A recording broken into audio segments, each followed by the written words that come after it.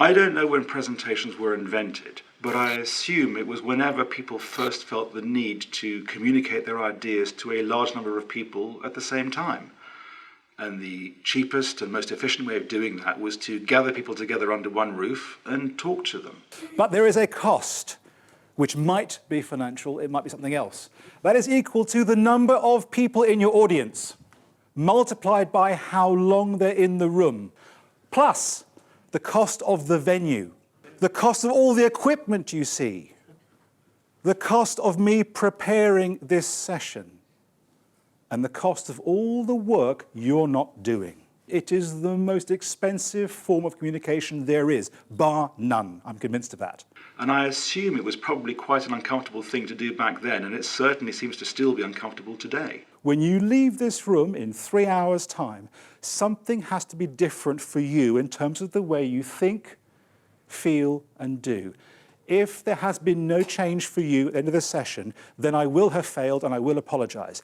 Very few people I know actually enjoy giving them. Yet it's almost inconceivable that any of us will have a career in which we don't have to communicate to a group or at a conference or in a live setting. Did you know that 95% of all presentations are dull and boring? There are quite a few published lists about people's top 10 fears, and in most of them, public speaking appears at number 1. So knowing what to do and knowing how to do it are different things. And this is a workshop around how. Presenting is not just intellectual. It is intellectual, but it is emotional and it is physical. I also think that we often give presentations because we always have, and not enough people have yet asked why. What reason do you have to present your research? I know there are reasons like I've got to, I've been told to, people expect me to, that's fine. But I urge you, ask yourself, why are you presenting your research? What is the purpose of it? There's a current trend to assert that data is all. I think it was the physicist William Edwards Deming who said, a person without the data is just a person with another opinion. You've begun, and there you are, all's going well until the first hurdle arrives. And the first hurdle is that your audience comprises of almost entirely human beings. The reality is, none of you have had your attention in this room since we started all the time. You haven't. It ebbs and flows and ebbs and flows and ebbs and flows. Because I can see you doing it. You're sitting in this room and this is what you're doing. You're going, oh, that's quite interesting.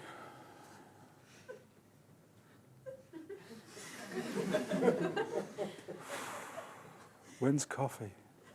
But the thing about the opinion is that without it, an expert can't tell me whether 400 tons of something is a drop in the ocean or something I should be worried about. You need to make your presentations relevant for your world. But here's the thing, you've got to do something.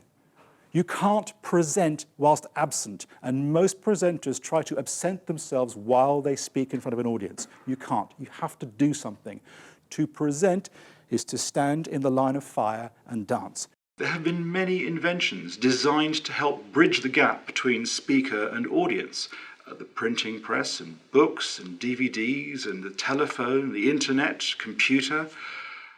And the addition of the computer-generated visual aid to presentations has in some ways put the presenter in the shade.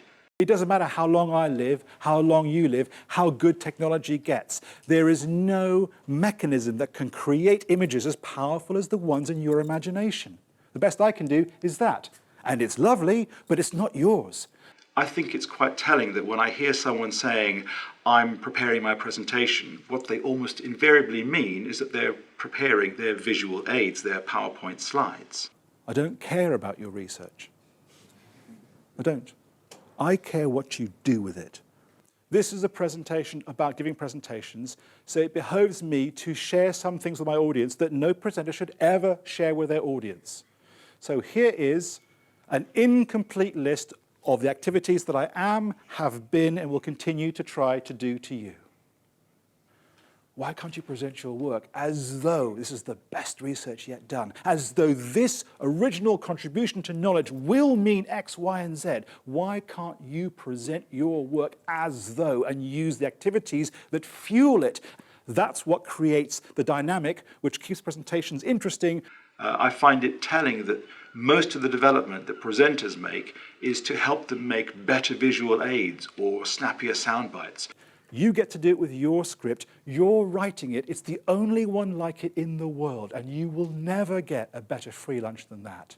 Humans are incredibly resourceful, but something happens to us when we step into a spotlight. And a spotlight could be giving a presentation or a job interview or even going on a first date. We seem to lose access to our resources, and that leaves us as inefficient presenters.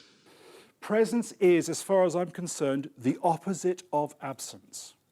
I can't define it any better than that. It's the opposite of absence, because it's far easier to spot absence. In my 20 years of teaching presentation skills, the hardest thing I've ever had to do is persuade people to stand up and rehearse their presentation out loud. We just don't like to do that. Here are 6 instances where any of us could find ourselves where it is wholly appropriate to display the symptoms of nervousness.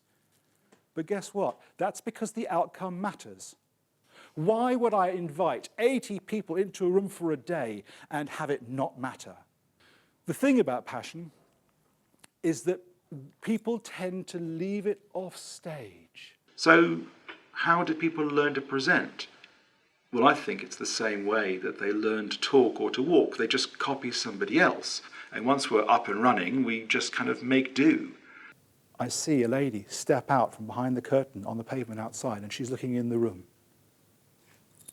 Brown curly hair, holding a little girl up here, a little boy down there, and that's my family. Would she recognize my timing? Would she recognize my sense of urgency? Would she recognize my vulnerability? Would she recognize all the things that drive me to do what it is that I do? And would she recognize it as me? If she wouldn't, then the chances are I'm not being authentic with you, and that is shortchanging an audience. As far as I'm concerned, authenticity may not matter, but I believe it does. Frequently, people challenge what I say, and they say things like, well, I'm just doing what's expected, and, well, your ideas are just style over substance, and that may be true. But I've found that most people expect to be bored in presentations, so I'm not sure which expectations should be met and which we can challenge.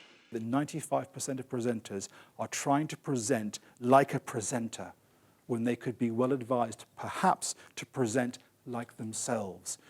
How many presentations have you been to which have been too short, too memorable, or too enjoyable?